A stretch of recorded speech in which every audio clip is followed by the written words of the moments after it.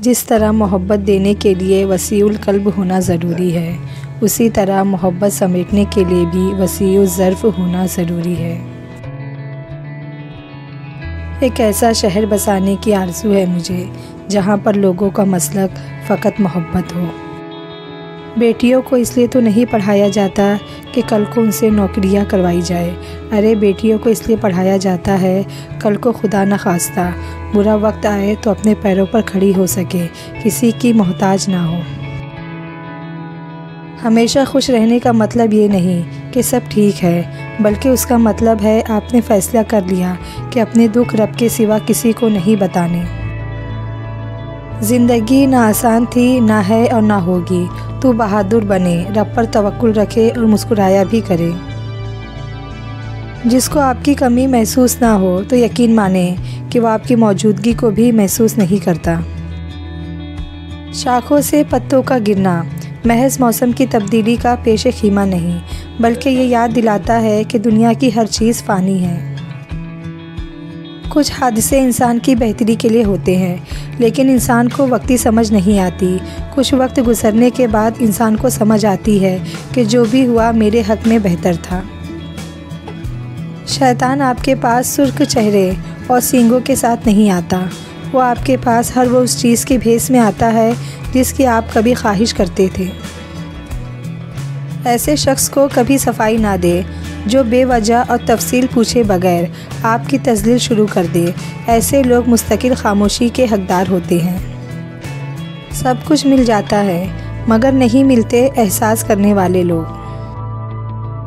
خاموشی سے اچھا کوئی جواب نہیں ہوتا، لیکن خاموشی سے بڑا کوئی عذاب بھی نہیں ہوتا۔ غیر ضروری تنقید وہ تلوار ہے جو سب سے پہلے خوبصورت تعلقات کا سر قلم کرتی ہے۔ کچھ لوگ اتنا اچھا سبق سکھا دیتے ہیں کہ پھر ساری زندگی کسی اور سے کچھ سیکھنے کی طلب محسوس نہیں ہوتی۔ سخت سے سخت الفاظ بولتے وقت ہمیں یہ یاد نہیں رہتا کہ سننے والے کو یہ الفاظ کب تک یاد رہیں گے۔ کوشش کرے بنا مطلب کے اچھے بنے، مطلب سے تو بہت سے اچھے بنے پھرتے ہیں۔ الحمدللہ کہا کرو، بے شک قرآن بھی الحمدللہ سے شروع ہوتا ہے۔ یادیں ہمیشہ خاص ہوتی ہے، کبھی روتے ہوئے دنوں کو یاد کر کے ہنستے ہیں اور کبھی ہنسنے کے دنوں کو یاد کر کے روتے ہیں، یہی زندگی ہے۔ محبت کبھی اظہار کی محتاج نہیں ہوتی، یہ وہ چیز ہے جو انداز وفا سے پہچانی جاتی ہے۔ کبھی زندگی ایک پل میں گزر جاتی ہے، کبھی زندگی کا ایک پل بھی نہیں گزرتا۔ کوئی بھی چیز ہمیشہ کے لیے نہیں ہوتی، کسی نہ کسی موڑ پر اس کو الوداع کہنا پڑتا ہے۔ کبھی وقت ہم سے وہ چیز چھین لیتا ہے اور کبھی ہمیں اس کو خود چھوڑنا پڑتا ہے۔ میں نے زندگی میں دو لوگوں کو ہمیشہ پریشان دیکھا، ایک مخلص اور دوسرا وفادار، باقی منافق کو ہر جگہ فٹ پایا۔ جب شوق کے لیے وقت نہ ملے تو سمجھ جانا زندگی شروع ہو گئی۔ جو تم نے توڑ دیا ہے خدا بنا دے گا، بنانے والا مجھے پھر نیا بنا دے گا۔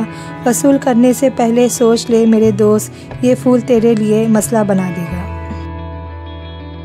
غرور اور غفلت کا نشہ شراب سے بھی زیادہ ہوتا ہے، جو اس نشے میں مبتلا ہو جاتا ہے وہ جلدی ہوش میں نہیں آتا۔ بڑی اذیت میں رہ کر دنیا سیکھنی پڑتی ہے۔